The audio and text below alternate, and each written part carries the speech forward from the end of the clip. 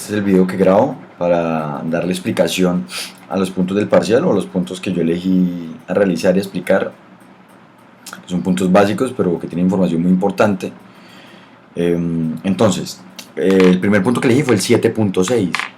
Dice, con base en la curva CBT, o sea, en la curva de, con base en la curva de costos variables totales del problema 7.2, nos vamos al problema 7.2, obtenemos las gráficas, obtenemos la tabla, obtenga geográficamente el costo variable y explique su forma.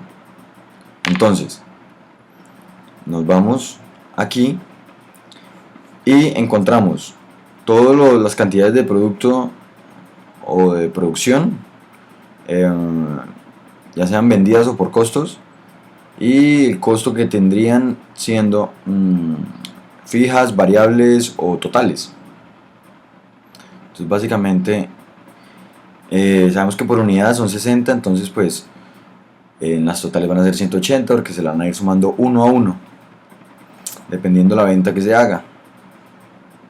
Bueno, entonces tenemos las curvas de costos. Entonces nos dicen, explique cómo se obtiene geométricamente y explique su forma. Primero que todo, para saber cómo lo vamos a obtener geométricamente, tenemos que el CBP es igual al CBT sobre la cantidad a producir. Entonces, el CBP es igual al CBT dividido entre la producción. En este caso, en el punto D de la gráfica, sobre la curva del CBT está igual a 60. Eso significa en esta parte de la gráfica, en la segunda línea de la tabla, en la segunda fila, perdón. Por lo tanto, el CBP es igual a 60 dividido entre 1. 60, o sea, el CBT sobre la producción, 1. Y así sucesivamente con cada uno de los valores del CBT dividido en el número de producción. Entonces, esto se determina frente a una pendiente del rayo D, que significa que se grafica sobre una curva, se grafica la curva sobre el CBP, que acá claramente los tenemos. Entonces, se trabó. El CBP, se cambió la letra. Uy, ¿qué pasó?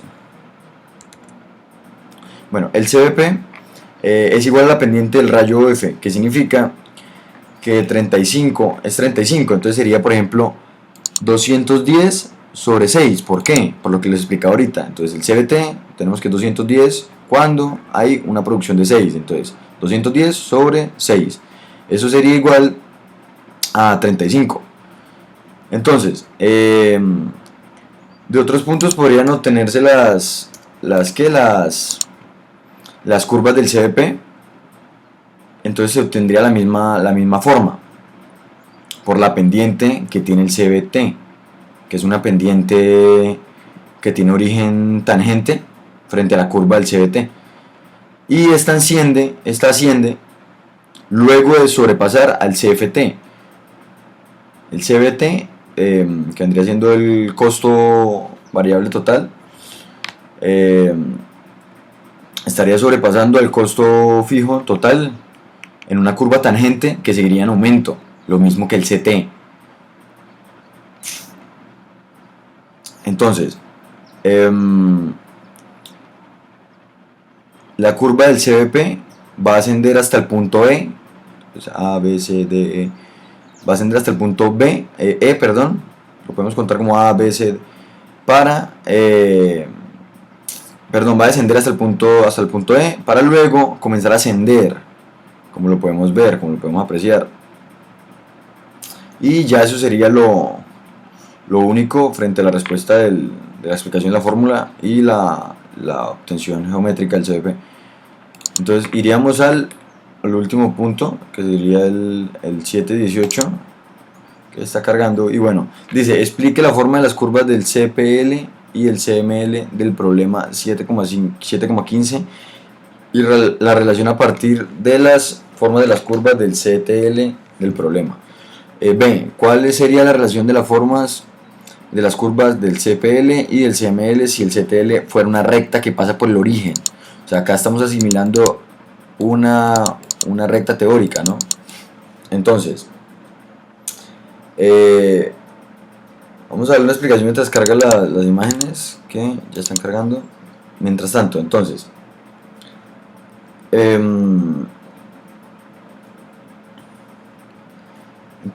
el CPL, la comparativa de nivel, bueno, está determinado por la pendiente de una línea que va del origen a los diversos puntos de la curva del CTL. Esta pendiente se declina hasta F. Esto lo podemos apreciar en la figura 210, en la figura 717, que no me ha cargado todavía. Listo, ya 717. Entonces acá lo podemos apreciar, donde se ve que hay diferentes orígenes de la curva del CTL, dependiendo los subpuntos que tenga. Esta pendiente pues comienza a ascender a partir del punto de origen. Por lo tanto, la curva del CPL en la figura 7,5, en este caso la de la derecha, desciende hasta F, como lo estamos viendo acá, desciende hasta F, una conexión entre 7 y 8. Entonces hasta F y después asciende, entonces hasta F y después comienza una subida. Y la figura 717 en forma continua siempre está como en el momento de la producción número 5, siempre está en su punto de inflexión, o sea, en su punto máximo. Y a partir de ahí sube.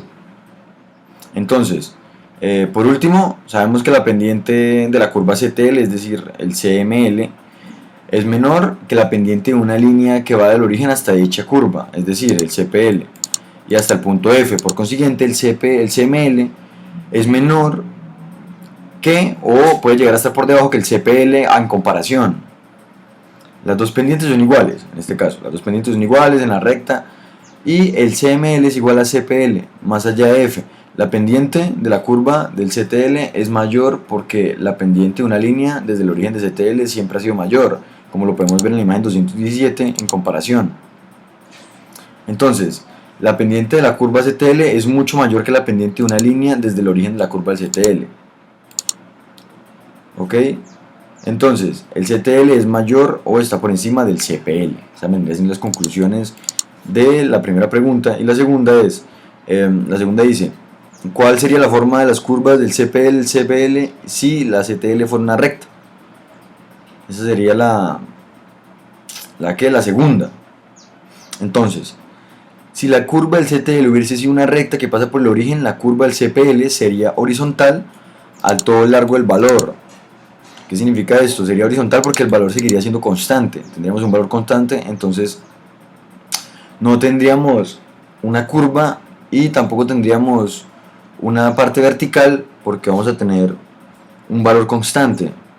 Entonces la recta coincidiría con una curva del CML en toda la extensión, cruzaría, para que el trazo de CPL se parezca al del problema. Una parte del CPL debe coincidir con hacer tangente, y en este caso la curva del CML coincidiría con la parte horizontal que habíamos dicho del CPL. Eso sería todo sobre el parcial.